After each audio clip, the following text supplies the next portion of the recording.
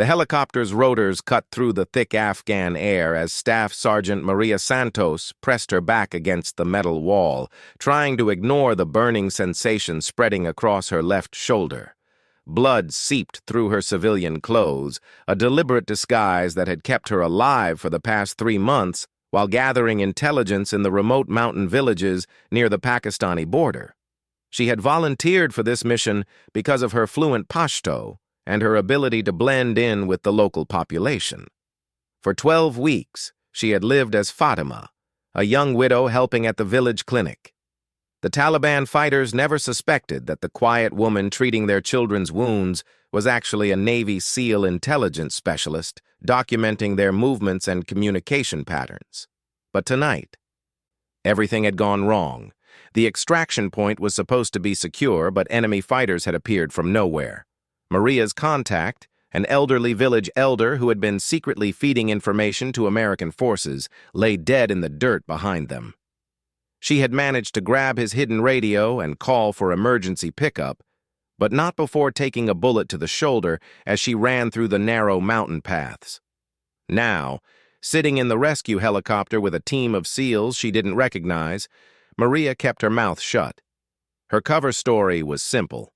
She was Sarah Mitchell, an aid worker who had been kidnapped 3 months ago and had just escaped. The SEALs who rescued her believed they were saving a civilian, and Maria intended to keep it that way until she could reach her commanding officer. Lieutenant Commander Jake Morrison studied the injured woman across from him. Something felt off about her story. When his team had found her running through the mountain pass, she had been moving with a precision that seemed unusual for a terrified civilian. Her clothes were torn and bloody, but she hadn't been screaming or crying like most rescue victims. Instead, she had calmly pointed them toward the enemy positions and suggested the best route for extraction. "How long were you held captive?" Morrison asked, his voice barely audible over the helicopter's noise. Maria looked up, her dark eyes meeting his. 3 months, she replied in a steady voice. They kept me in different villages, moving me around.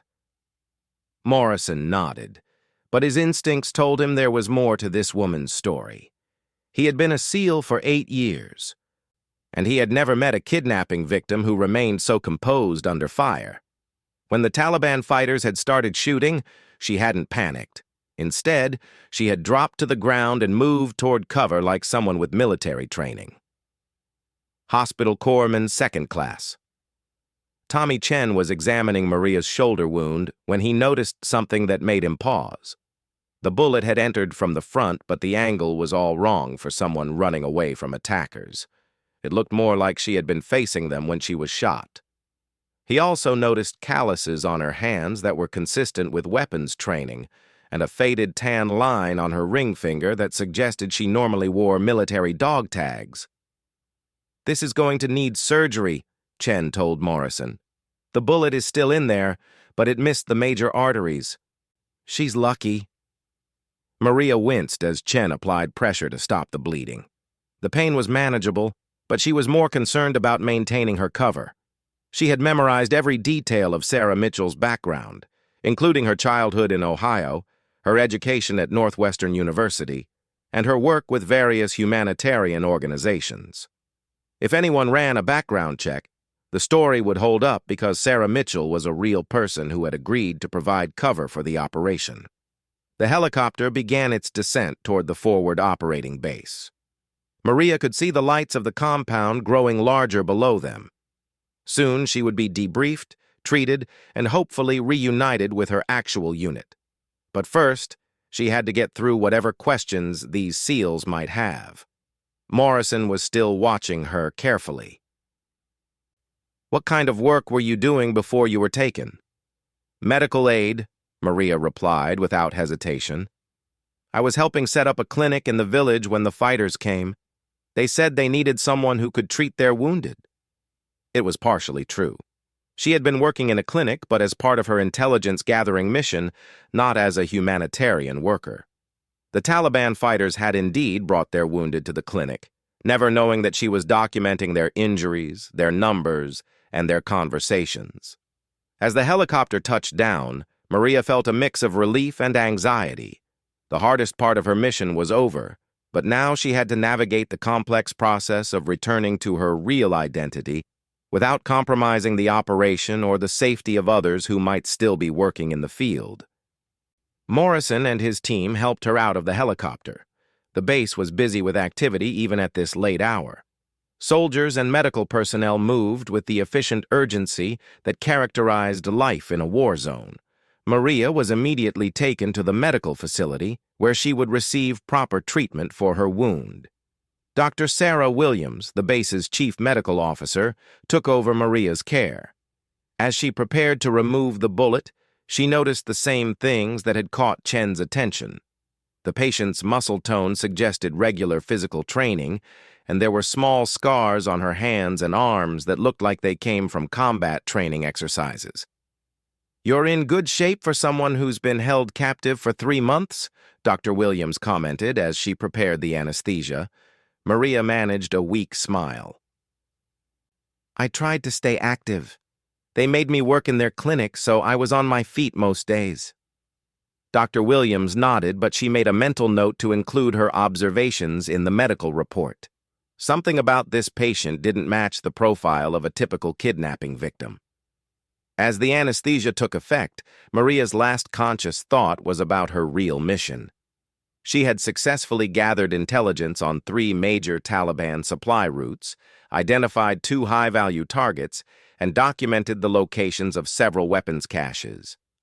The information she carried could save dozens of American lives and disrupt enemy operations for months. But first, she had to survive the next 24 hours without blowing her cover. The success of future operations might depend on maintaining the fiction that Sarah Mitchell was just an unlucky aid worker who had been in the wrong place at the wrong time. When she woke up in the recovery room several hours later, Morrison was sitting in a chair beside her bed, reading through what appeared to be a mission report. He looked up when he heard her stirring. "How are you feeling?" he asked. "Better," Maria replied, testing her voice. The pain in her shoulder had been replaced by a dull ache, and she could feel the tight pull of surgical stitches under the bandages. Morrison set down his papers. "The doctor says you'll make a full recovery. The bullet missed everything important." Maria nodded gratefully. "Thank you for saving me. I thought I was going to die out there." Morrison studied her face for a moment. "You handled yourself pretty well for a civilian. Most people would have been more shaken up." "I guess adrenaline kept me going," Maria replied, keeping her voice steady. "I just knew I had to keep moving or they would catch me again." Morrison seemed to accept this explanation, but Maria could tell he was still suspicious. She would have to be very careful about what she said and did over the next few days. The smallest mistake could expose not just her identity, but the entire intelligence network that had taken years to build. Outside the medical facility, the sun was beginning to rise over the Afghan mountains. Soon, Maria would face more questions from intelligence officers and military personnel. She would have to tell her story again and again, each time making sure every detail remained consistent. But for now, she was alive. Her mission was complete, and her secret was safe. The information she had gathered would be passed up the chain of command through proper channels, and other operations would benefit from her sacrifice. As she lay in the hospital bed, Maria Santos allowed herself a moment of quiet pride. She had done her job, and she had done it well. The fact that the SEALs who rescued her would never know the truth was exactly as it should be. In the world of special operations, the most successful missions were often the ones that nobody ever heard about. 3 days had passed since the rescue, and Maria Santos was growing restless in the medical facility. Her shoulder was healing well, but the constant questions from intelligence officers were becoming more challenging to navigate. Each debrief session required her to repeat the same carefully constructed story about her time as a captive aid worker, and she could sense that some people were beginning to have doubts. Colonel James Patterson, the base intelligence officer, had been particularly persistent in his questioning. He had spent 2 decades in military intelligence and had developed an instinct for detecting inconsistencies in people's stories. During their morning session, he had focused on details that most interrogators would overlook. "Tell me about the food they gave you," Patterson had asked, his pen poised over a notepad. Maria had been ready for this question. "Mostly bread and rice, sometimes vegetables or meat when they had extra. The quality wasn't good, but it was enough to survive." Patterson nodded, making notes. "Did you lose weight during captivity?" "Some," Maria replied. "Maybe 15 or 20 pounds. But Patterson had already noticed that the woman in front of him showed no signs of malnutrition or significant weight loss. Her muscle tone was consistent with someone who had been maintaining a regular exercise routine, not someone who had been barely surviving on inadequate food for 3 months. Meanwhile, Dr. Williams had been reviewing Maria's medical records and had discovered something interesting. When she had removed the bullet from Maria's shoulder, she had noticed that the wound showed signs of immediate and proper first aid treatment. Someone with medical training had cleaned and bandaged the injury before the rescue team found her. The wound was professionally treated, Dr. Williams explained to Patterson during their private meeting. "Whoever did the initial field dressing knew exactly what they were doing. It's not the kind of treatment you'd expect from Taliban fighters or an untrained civilian." Patterson frowned as he considered this information. "What else did you notice?" "Her hands," Dr. Williams replied. "The calluses are consistent with regular weapons training, and there's a faded tan line on her ring finger that suggests she normally wears military identification tags." Patterson made additional notes. These observations were adding up to a picture that didn't match Sarah Mitchell's supposed background as a humanitarian aid worker. He decided it was time to dig deeper into her story. That afternoon, Patterson returned to the medical facility for another session with Maria. This time, he brought a laptop computer and a stack of photographs. "I'd like to show you some pictures," he said, opening the laptop. "Maybe you can help us identify some of the people who held you captive."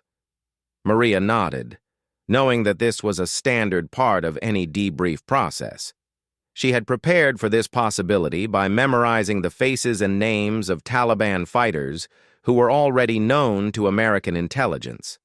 She could safely identify them without compromising ongoing operations. Patterson showed her a series of photographs taken from surveillance operations and previous captures. Maria carefully identified 3 men who she knew were already in custody or had been killed in recent operations. She provided accurate but limited information about their roles in the local Taliban structure. "This man," she said, pointing to a photograph of a known weapons smuggler, "he came to the clinic several times. The others called him Commander Abdul. He seemed to be in charge of moving supplies between villages." Patterson was impressed by the accuracy of her identification. Sarah Mitchell was providing better intelligence than most trained operatives managed to gather during similar time frames. Her descriptions of Taliban organizational structure and operational patterns showed a level of understanding that went far beyond what a civilian prisoner would typically observe. As the session continued, Patterson began testing Maria with more specific questions about military terminology and procedures. He was surprised when she occasionally used technical language that suggested familiarity with armed forces operations. "When they moved you between villages, did they follow any particular security protocols?" Patterson asked. Maria paused, realizing she needed to be more careful about how she answered. "They always traveled at night, and they used different routes each time. They seemed worried about being tracked." It was an accurate assessment, but Patterson noticed that she had described their movements using language that sounded more like a military briefing than a civilian's fearful recollection.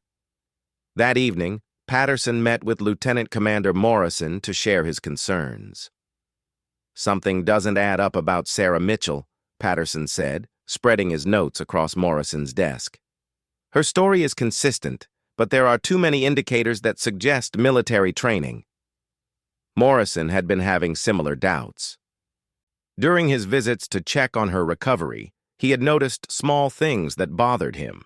The way she organized her personal belongings with military precision, how she automatically scanned rooms for exits and defensive positions.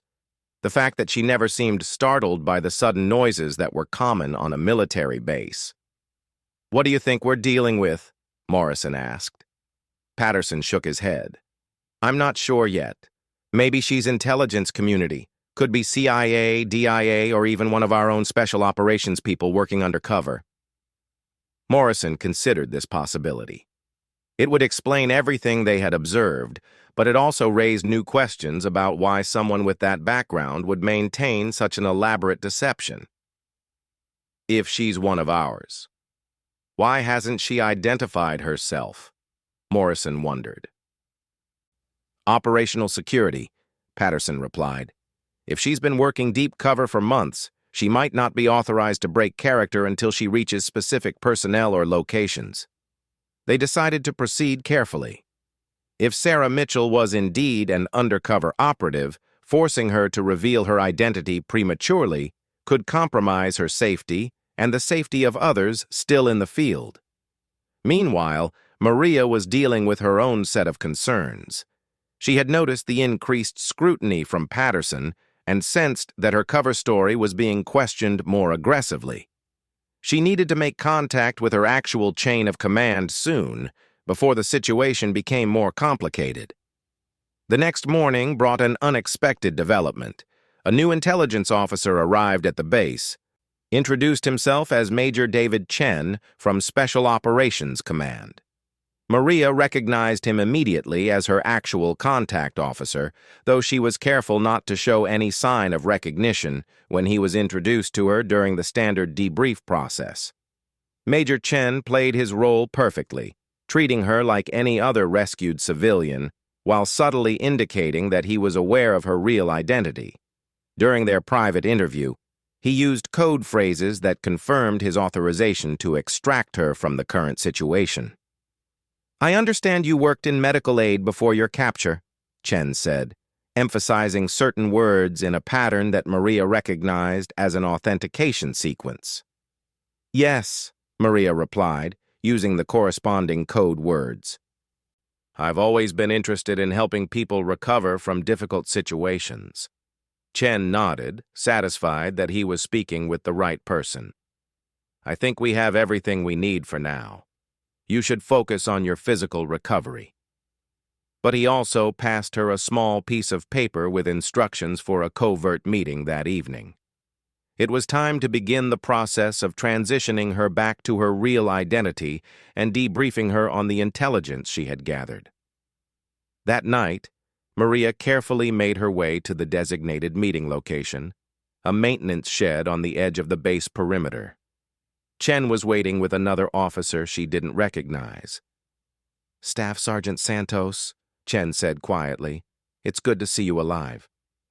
Maria felt a wave of relief at finally being able to drop her cover, at least temporarily. "Thank you, sir. Mission accomplished." Chen smiled.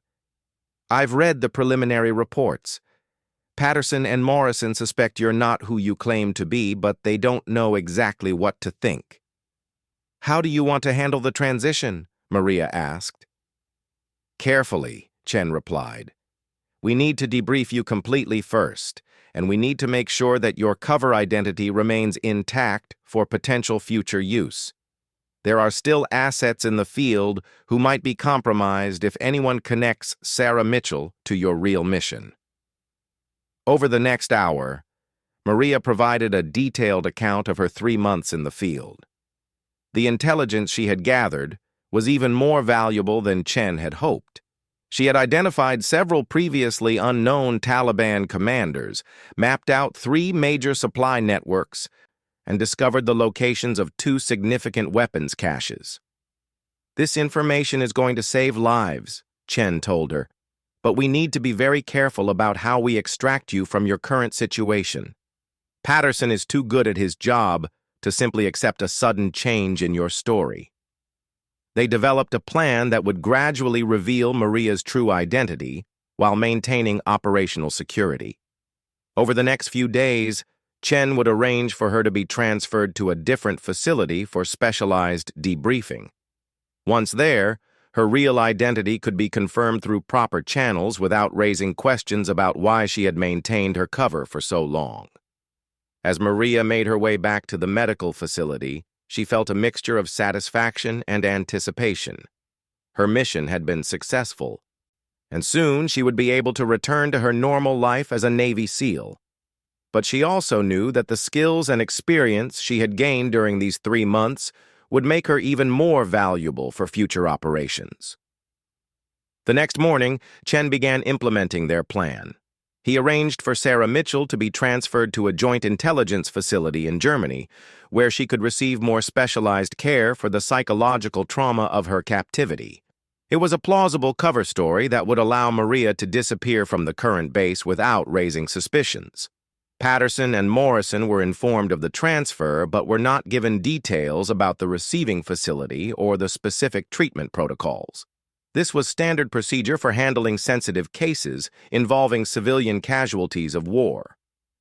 As Maria prepared for departure, she reflected on the strange experience of being rescued by her fellow SEALs while pretending to be someone else. Morrison and his team had risked their lives to save her, never knowing that she was a highly trained warrior who could have handled the extraction herself if necessary. She would probably never see them again, and they would never know the truth about the woman they had pulled from the Afghan mountains.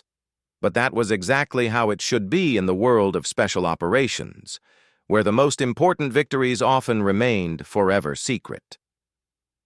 6 months later, Staff Sergeant Maria Santos stood in the briefing room at Naval Special Warfare Command in Coronado, California, watching as intelligence analysts updated operational maps based on the information she had gathered during her covert mission in Afghanistan. The weapons caches she had identified had been successfully targeted, disrupting Taliban supply lines for hundreds of miles.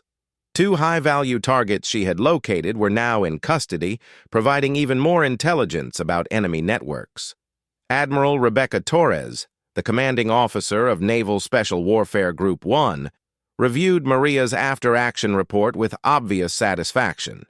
The mission had exceeded all expectations and had proven the value of long-term intelligence-gathering operations conducted by specially trained SEALs. "Your work has already saved dozens of American lives," Admiral Torres told Maria during their private debrief. The supply network disruptions alone have reduced enemy capability in that region by an estimated 40%. Maria nodded, grateful that her sacrifice had produced concrete results. The 3 months she had spent living as Fatima in the Afghan village had been the most challenging assignment of her military career, but also the most rewarding in terms of actionable intelligence gathered. "What's interesting," Admiral Torres continued, "is that we've received inquiries from other command structures about the rescue operation that brought you out. Apparently, Lieutenant Commander Morrison and his team have been asking questions about what happened to Sarah Mitchell." Maria wasn't entirely surprised by this news.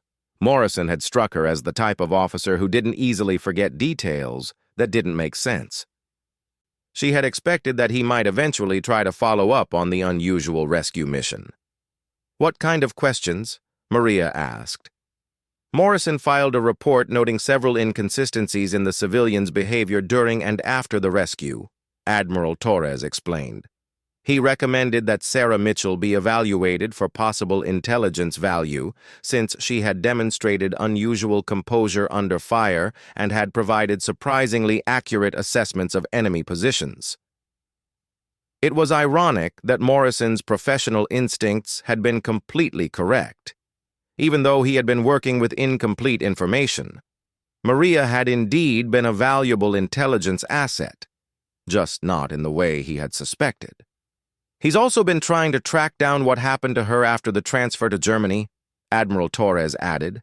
"Apparently, Sarah Mitchell seems to have disappeared from the system after arriving at the Joint Intelligence Facility." Maria understood Morrison's confusion. The real Sarah Mitchell, the humanitarian aid worker who had provided cover for Maria's identity, was safely working with relief organizations in South America, completely unaware that her name and background had been borrowed for a classified operation. The paper trail showing her transfer to Germany and subsequent medical treatment was carefully constructed fiction designed to explain her disappearance from Afghanistan. "Are we going to read him in on the operation?" Maria asked. Admiral Torres shook her head. "Not unless it becomes operationally necessary. Morrison and his team performed their mission perfectly. They extracted a valuable asset under dangerous conditions and got her to safety.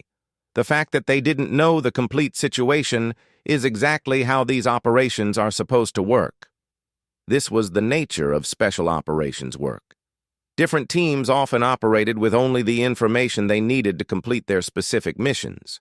Morrison's SEAL team had been tasked with rescuing a civilian in distress, and they had accomplished that mission flawlessly. They didn't need to know that their rescued civilian was actually a fellow SEAL who had been conducting a long-term intelligence gathering operation. 2 weeks later, Maria received an unexpected visitor at the base. Hospital corpsman Tommy Chen, the medic who had treated her wounds during the rescue, had been transferred to Coronado for advanced medical training. During his orientation, he had noticed Maria's name on a roster and remembered treating someone with the same last name during a rescue operation in Afghanistan. Chen approached Maria after recognizing her in the base commissary, though he was clearly confused about the circumstances of their previous meeting. "Excuse me?" Chen said hesitantly. "You look familiar. Have we met before?" Maria evaluated her options quickly. Chen had only known her as Sarah Mitchell, an injured civilian. It was unlikely that he would make the connection without additional information, and a casual conversation might actually help reinforce her cover story if he ever discussed the encounter with other team members. "I don't think so," Maria replied with a friendly smile. "I'm Staff Sergeant Santos. I've been stationed here for about 2 years. Chen studied her face more carefully. "You really look like someone I treated in Afghanistan about 6 months ago. She was a civilian who had been held captive by Taliban fighters. We rescued her during a mountain extraction." "That sounds like a dangerous situation," Maria said, maintaining her casual tone. "I hope she was okay." "She was incredibly tough," Chen replied. "Most civilians would have been completely traumatized by that experience, but she handled everything like a professional soldier. Lieutenant Commander Morrison always said there was something unusual about her, but we never figured out what." Maria felt a warm sense of respect for Morrison and his team. Even without knowing her true identity, they had recognized her military training and had treated her with the professional courtesy due to a fellow warrior. "It sounds like you did good work," Maria told Chen. "Saving civilian lives is what we're here for." Chen nodded, though he continued to look puzzled by Maria's resemblance to the woman he had treated. Eventually, he accepted that it was simply a coincidence and moved on with his day. But the encounter reminded Maria of how many lives had been touched by her covert operation, often in ways that the participants would never fully understand. Meanwhile, halfway around the world, the effects of Maria's intelligence work continued to unfold. Taliban supply networks that had operated effectively for years were being systematically dismantled based on information she had provided. Village clinics that had been used as safe houses for enemy fighters were being monitored by new intelligence assets who had been inserted using methods similar to Maria's original infiltration. The success of her mission had also influenced military strategy in the region. Command structures were now placing greater emphasis on long-term intelligence-gathering operations conducted by specially trained personnel who could blend in with local populations. Maria's techniques were being studied and refined for use in future operations. One evening, while reviewing classified reports about ongoing operations in Afghanistan, Maria came across a mission summary that mentioned Morrison's team conducting another rescue operation in the same mountain region where they had found her. This time, they had successfully extracted 2 American contractors who had been kidnapped while working on an infrastructure project. According to the report, Morrison had specifically requested permission to use intelligence gathered during a previous rescue operation to plan the approach routes and identify potential ambush sites. Maria realized that information she had provided during her debrief, as Sarah Mitchell was still being used to save lives months later.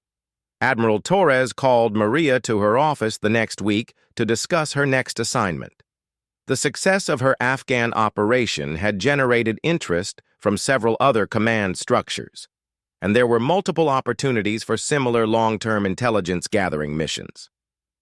"You've proven that this type of operation can be incredibly effective," Admiral Torres explained. "But I want to make sure you're ready for another assignment of this magnitude. Living under deep cover for extended periods takes a psychological toll that's different from traditional combat operations." Maria had already been thinking about this question. The month she had spent living as Fatima had changed her in ways that were still becoming apparent. She had developed a deep appreciation for the resilience of civilian populations living under wartime conditions, and she had gained insights into enemy operations that could only come from extended close-quarters observation. "I'm ready," Maria told the Admiral. "This is the kind of work where I can make the biggest difference." Admiral Torres smiled approvingly. "I was hoping you'd say that. We have a potential operation developing in Southeast Asia that would be perfect for someone with your skills and experience." As they discussed the preliminary details of the new mission, Maria thought about Morrison and his team, who were still conducting dangerous rescue operations in Afghanistan without ever knowing that their previous rescued civilian had gone on to become one of the Navy's most valuable intelligence assets. She also thought about the real Sarah Mitchell, who continued her humanitarian work in South America, completely unaware that her identity had been borrowed to support a mission that had saved dozens of American lives and disrupted enemy operations across an entire region. These were the hidden connections that made special operations work so complex and so vital. Individual missions that seemed isolated were actually part of larger networks of activities that spanned continents and influenced the course of conflicts in ways that were often invisible to the participants. Maria's story would never be told publicly, and Morrison's team would never receive recognition for rescuing one of their own fellow SEALs. But in the classified archives of Naval Special Warfare Command, their combined efforts represented a perfect example of how different military specialties could work together to achieve objectives that neither could accomplish alone. 3 years later, when Maria finally retired from active duty, she carried with her the satisfaction of knowing that her unique combination of combat skills and intelligence-gathering abilities had contributed to strategic victories that would influence American military operations for decades to come. Her legacy lived on in the techniques and procedures that had been developed based on her experiences and in the lives that had been saved because of the intelligence she had risked everything to gather. The mountain villages of Afghanistan, where she had lived as Fatima, were now more peaceful than they had been in years, partly because of disruptions to enemy supply lines and command structures that could be traced directly back to information she had provided. Children who had been treated in the clinic where she worked were growing up in a more stable environment, never knowing that the quiet woman who had helped heal their wounds was actually an American warrior who had been working to protect their future. And somewhere in the archives of military intelligence, Morrison's rescue report remained classified, a testament to the professionalism of SEALs who had successfully completed their mission without ever knowing the full scope of what they had accomplished. It was exactly the way Maria Santos had always believed special operations should work: silent, effective, and forever secret.